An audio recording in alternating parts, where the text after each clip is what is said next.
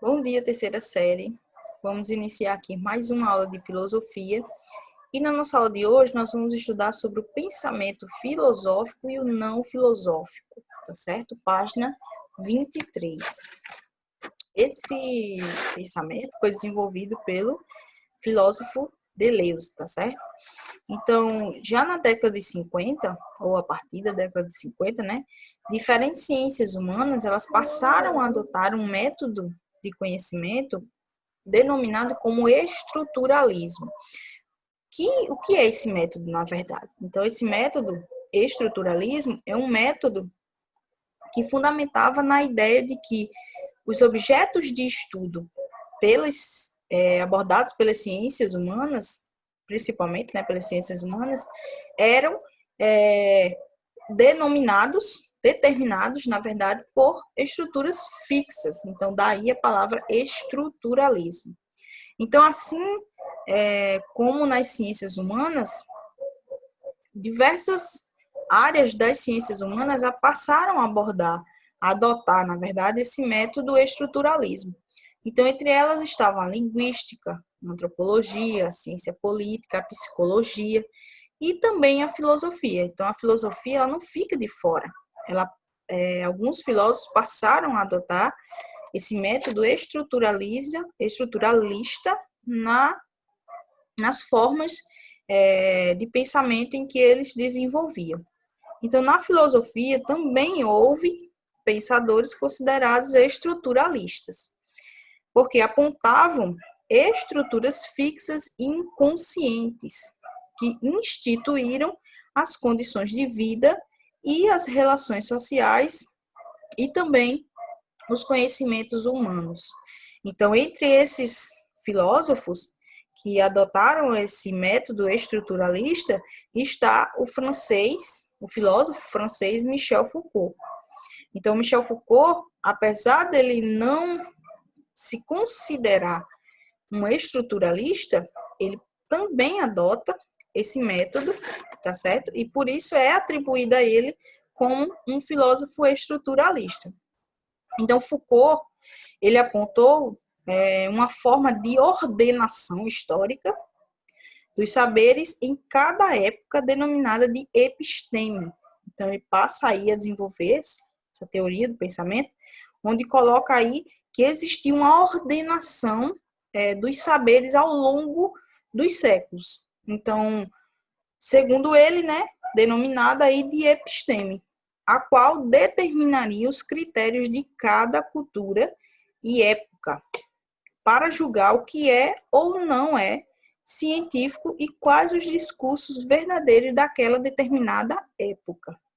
Então, essa ordenação, ela estaria sujeita a rupturas, não era algo contínuo.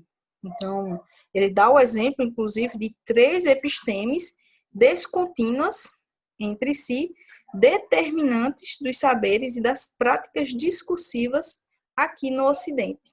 Então, entre elas está do século XVI, que foi a noção de conhecimento como apreensão das essências,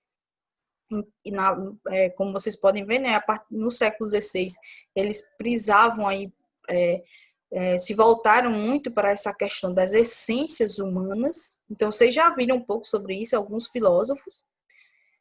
No século XVII e XVIII, a noção de conhecimento como representação da realidade do sujeito. Então, isso aí já houve uma mudança a respeito dessa noção de conhecimento. E no século XIX e XX é a busca daquilo que permanece oculto sob as formas de vida e os conhecimentos humanos. Então, como vocês podem ver, são 3 noções aí diferentes que foram se modificando ao longo dos séculos. Então, não foram epistemes contínuas, foram aí descontínuas, na verdade. Então, como eu falei para vocês, né? Essa noção de conhecimento ela se modificou ao longo dos séculos.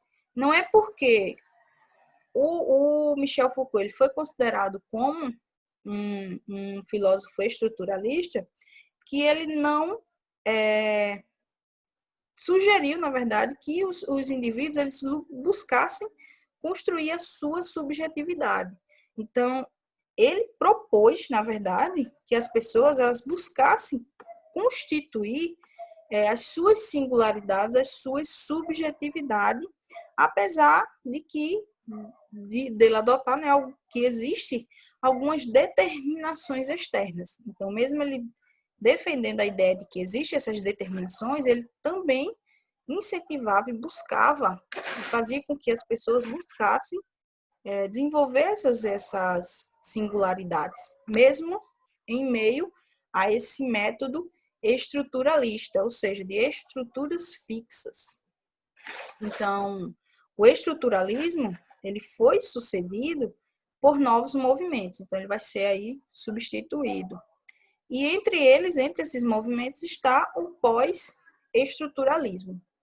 Dentro da concepção pós-estruturalista, ela vai se contrapor à ideia dessas estruturas fixas e de um paradigma comum para todas as ciências humanas. Então, na visão pós-estruturalista, não há como permanecer esse tipo de pensamento onde defende esse método, na verdade, onde defende essas estruturas fixas ou um paradigma que seja comum a todas as ciências humanas. Não há como manter.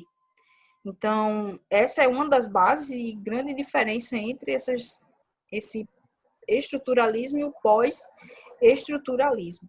E entre esse pós-estruturalismo, um grande filósofo que se destacou foi o filósofo francês, o Deleuze. Então, ele ficou conhecido como a filosofia da diferença, que relaciona-se aí com essa perspectiva. Então, muitas obras que o Deleuze produziu na segunda metade do século XX foram fruto de uma parceria que ele teve, não só que ele teve, na verdade, com outro francês, um francês psicanalista, tá certo? Então, ele vai formular aí essa filosofia da diferença que, como o próprio nome sugere, vai aí buscar essas diferenças dentro do pensamento filosófico, vai defender essas diferenças dentro do pensamento filosófico. Então, o Deleuze, como já falei para vocês, ele privilegiava essas singularidades, essas diferenças mesmo, e a invenção de novas subjetividades, levando-se em conta o jogo de forças que promoveria a transformação constante de cada sujeito. Então, além dele defender aí, privilegiar essa subjetividade de cada pessoa, essa singularidade, ele também buscava entender qual era o tipo de força que fazia mover aí essas transformações em cada sujeito. Então, além disso, seu tema principal, seu tema central, na verdade, era o pensamento. Tema esse que ele foi buscar investigar um pouco mais, e é nesse contexto que surge aí o tema da nossa aula. O pensamento, ele ressaltou que o pensamento ele é filosófico e também não filosófico. Ou seja, o pensamento não filosófico é todo aquele pensamento que não está dentro do filosófico, por exemplo, científico, artístico e por aí vai. Então, ele procurou estabelecer diálogos entre a filosofia e outras formas de expressão, especialmente as artes, e dentro das artes, né, a literatura, o cinema, o teatro, a pintura. Então, todas essas expressões artísticas, e o Deleuze ele tentou fazer essa relação aí com o pensamento filosófico. Ele defendia essa relação com o pensamento filosófico. Então, passando aqui a página, na página 24, o Deleuze ele destacava que a gênese do pensamento, ou seja, a origem do pensamento, ela dependia de algo que o retirasse do repouso. Então, para que surgisse um pensamento, fosse possível originar um pensamento, uma forma de pensamento, era necessário que houvesse aí algo, alguma força que o retirasse desse repouso, da imobilidade e das abstrações, como ele coloca. Então, ele entendia que pensar era se sentir movido pela ação de coisas externas, por problemas que exigiam a criação de conceitos para se tentar decifrá-los, processo ao qual denominava de paixão de pensar. Então, segundo a visão dele, nós somos movidos por essa paixão de pensar, esse processo em que ele dá esse nome de paixão de pensar, na verdade, é um movimento em que essas forças exteriores, as coisas externas, como ele coloca, faziam com que surgissem novos problemas, uma necessidade de se pensar, vamos colocar assim. E a partir dessa necessidade de resolver esses problemas, de criar novos conceitos para as coisas, que nós praticamos aí esse pensamento. Então, é por isso que ele dá esse nome de paixão de pensar. Sendo assim, ele afirmava que a tarefa da filosofia, e em especial da filosofia da diferença, era justamente a criação de conceitos e que a história da filosofia necessitava ser problematizada para ter um sentido, ou seja, para abordá-la por meio de problemas que exigissem a criação de conceitos, seria aí o caminho para seguir, para se pensar de maneira filosófica. Esse era, na verdade, o caminho em que o Deleuze defendia aí para se pensar de maneira filosófica. Era por meio da história da filosofia, onde necessitaria aí ser problematizada. Ele vai destacar muito aqui essa necessidade de nós criarmos conceitos. Então, para que a gente entenda e faça a diferença entre o significado de conceito dentro da concepção filosófica, no universo filosófico, a palavra conceito, ela designa a essência de algo, aquilo que ele é, portanto, sendo mais do que nomes atribuídos às coisas. Os conceitos, eles referem-se aos significados delas. Então, mais do que dar nome às coisas, o Deleuze, o filósofo, ele buscava criar essências, essência dessas coisas, significados, atribuir significados para essas coisas, para esses problemas. Então, era assim que nós movíamos o pensamento. Não só dar nomes, mas buscar a essência das coisas. E isso seria possível através da história da filosofia. Após ser problematizada, como ele coloca, para assim ter um sentido, para abordá-la em meio aos problemas que exigissem a criação de conceitos, e seria esse o caminho para se manter aí, para se pensar de maneira filosófica. Então, a história da filosofia, ela revela a dinâmica dos conceitos, ou seja, as mudanças que existiram na sua compreensão em diferentes épocas ou teorias. Então, essa é a base da história da filosofia, é a função dela, é mostrar esses diferentes conceitos, essa dinâmica dos conceitos, ou seja, essas transformações dos conceitos. Então, na visão de Deleuze, esses conceitos, eles atuariam sempre em relação a outros conceitos. Então, era um fluxo contínuo, operando com base em condições determinadas pelos problemas que os geraram. Então, quem ia mover esses conceitos, quem ia fazer com que eles surgissem, eram os problemas. Então, eram os problemas que ia dar movimento aí a esses conceitos, iam fazer aí surgir esses conceitos. Então, além disso, eles realimentariam a paixão do pensar, a paixão do pensamento, ao darem lugar a novos conceitos. Ou seja, nós estaríamos sempre nesse processo do pensar. não ia parar em momento algum esse processo, porque sempre há necessidade de se buscar novos conceitos para as coisas, ou seja, buscar sempre a essência das coisas. O próprio Deleuze, ele cria aí diversos conceitos para as coisas, e entre eles ele destaca aí o corpo sem órgãos, que ele vai atribuir aí à nossa consciência, e o rizoma.